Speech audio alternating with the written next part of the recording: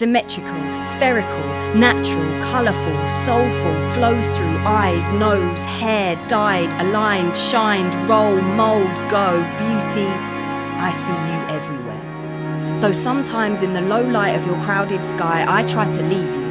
I board your scarred transport, fall past your flesh, breathe in your blood until my eyes go red, and then there I am. Okay, so there has been a rumour that the redhead gene is dying out and it's becoming slowly extinct. So it is worrying because of the whole kind of fake tan, big eyebrows trend that's going on. It's more controversial now to be red-headed with pale skin and quite natural looking. I mean, a lot of people are dyeing their hair, so you can't actually tell if they've been redheads. Personally, I think it's a reason to kind of embrace being redhead even more because it's such a rarity. I wonder if it will be like Save the Pandas. My beauty look is polished, edgy, and contemporary. I guess I think I do stand out because I'm just not like normal everyday black boy you'd see like in Birmingham. Your contouring, it's all about changing the face shape. Kim Kardashian's really brought it forward now. It's like stage makeup, really. I've worn makeup since I was about 16. I feel like I have a force field over me and I feel like I'm invincible and I just feel like, bam, like no one can touch me. My beauty look, I would say, is very fusion. I like colour, so I do tend to wear lipsticks. I like to define my eyes. You know, Asian women do like the eyeliner, the kohl. I'm so proud that I can say to people I'm a Welsh, Asian, Muslim woman. My faith has a massive influence in my beauty because no matter what trends are out there, I never want to compromise my religion because it's for my own self, for my inner sort of peace. I don't think hijab, should be seen as something negative because, at the end of the day, if you have a bad head, no one knows, right? Far away from your flash and your fast-moving mirrors, sitting in grass that wasn't made to make your eyelashes bigger or your stomach thinner. But still, even with the soil beneath my fingers and oak bark by my back, I'm unable to forget you. Unable to navigate a way to words that won't include you, and not for the first time, I wonder who you are.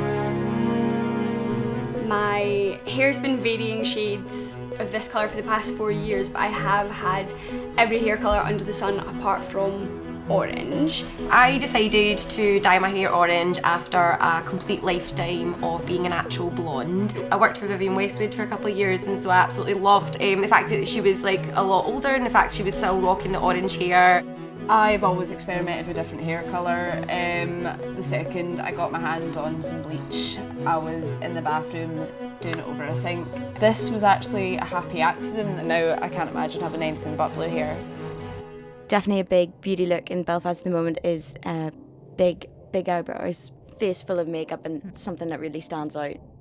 I always think it's a nice thing when you see someone that's kind of made the effort and kind of took pride in themselves. The eyelashes are a big thing, the individual eyelashes. My friend also, she does semi-permanent makeup and that's become more of a big thing as well.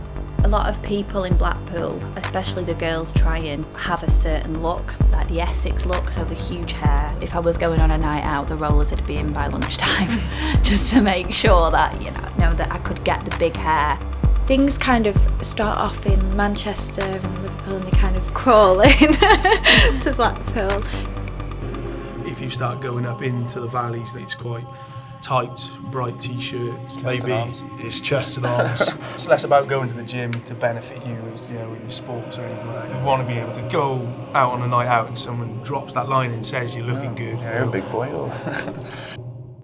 Bright pink, quite like my orange. If I'm going on a night out, definitely red lipstick. Kind of makes everything pop. It adds a little bit of oomph to your look. I think there's been a colour explosion. You can wear a different nail colour on every single finger and toe. There's no preconception anymore of, you look a bit freaky. Different is now okay. Comes off the catwalk, comes to the high street, leaves the high street, comes into local areas. Beauty is how you feel. Beauty is how you look. It's how you feel. Everyone in Dawson seems to feel pretty comfortable in their skin. Is beauty the promise of happiness, letting us think that one day, someday, we will write our name in skies that stay blue? Is beauty his face when he sees mine approaching? Is beauty a dream in framed lenses that lends itself to us for a phase of time that unties our hands and lets us dance? Is beauty this thing that can be anything? For me, beauty is, your mind, your body and your soul. And because my pageant is all about health and fitness, it's not just about the physicality of someone. You're just trying to be the best you can be. You train hard, and on the day you be a good representation of your hard work. And that is a very empowering feeling for a lady. Once you have a strong physique, you feel more in control of things. You also feel a lot more confident. I'm most proud of my abs because I've got a full-on six-pack. I do see more and more people with false tans now. So spray tanning is getting very, very popular, even up here on the Yorkshire Moors. Most guys in Manchester like the fashionably pruned and fashionably groomed look with the beards and like hairstyles that just express like manly ruggedness, really. As a trans woman, my beauty look, I'd say it's inspired by all the women in my life, but then by night I'm a showgirl, so I guess that's not exactly how my nan would dress. I've worn face paint, I don't know, ever since I could be my own person. I went to an all-boys school and I grew up in a male-dominated patriarchal family, so I just kind of tried to suppress my feminine side and be more manly, but obviously it didn't work. London's really open-minded. It's one of the most open-minded places I've ever been to. There's always going to be those people who look at you like you're a freak and stuff, but you just got to turn around to them and say, maybe London's just not for you. There are maps that mark the earth for us, showing ways to not lose ourselves in the vastness we come across. Maybe beauty is like that too, a path that winds itself around what is true to us, leading the way through illuminated darkness, resting itself against cities, hills, limbs, until we find our feet and say, I'm home.